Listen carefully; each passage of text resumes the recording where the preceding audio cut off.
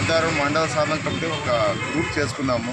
మేమందరూ కలిపి విజయవాడలో సెక్రటరీ ఆఫీస్ దగ్గర మినిస్టర్ని కలవాలని పోయినాం. మేము ఆడ కూడా ఎమ్మెల్యే పార్వసారథి సారథి గారు అక్కడ ఉన్నారు.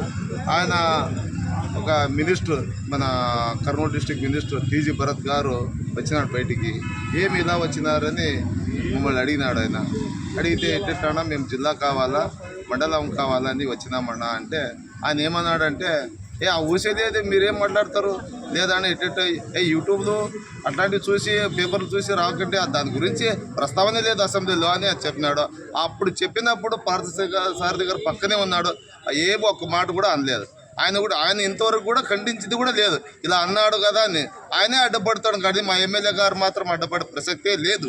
డెవలప్ కావాలని చూస్తున్నాడే తప్ప దాని గురించి మాట్లాడే ప్రసక్తే లేదు. ఊరికి అనవసరంగా ఏదో తన చేత కాక ఏదో ఒక మాజీ ఎమ్మెల్యేల మీద దొబ్బే ప్రయత్నం చేస్తున్నాడు. పద్ధతి కాదని నిన్న కూడా మేము పేపర్ స్టేట్మెంట్ ఇచ్చాము.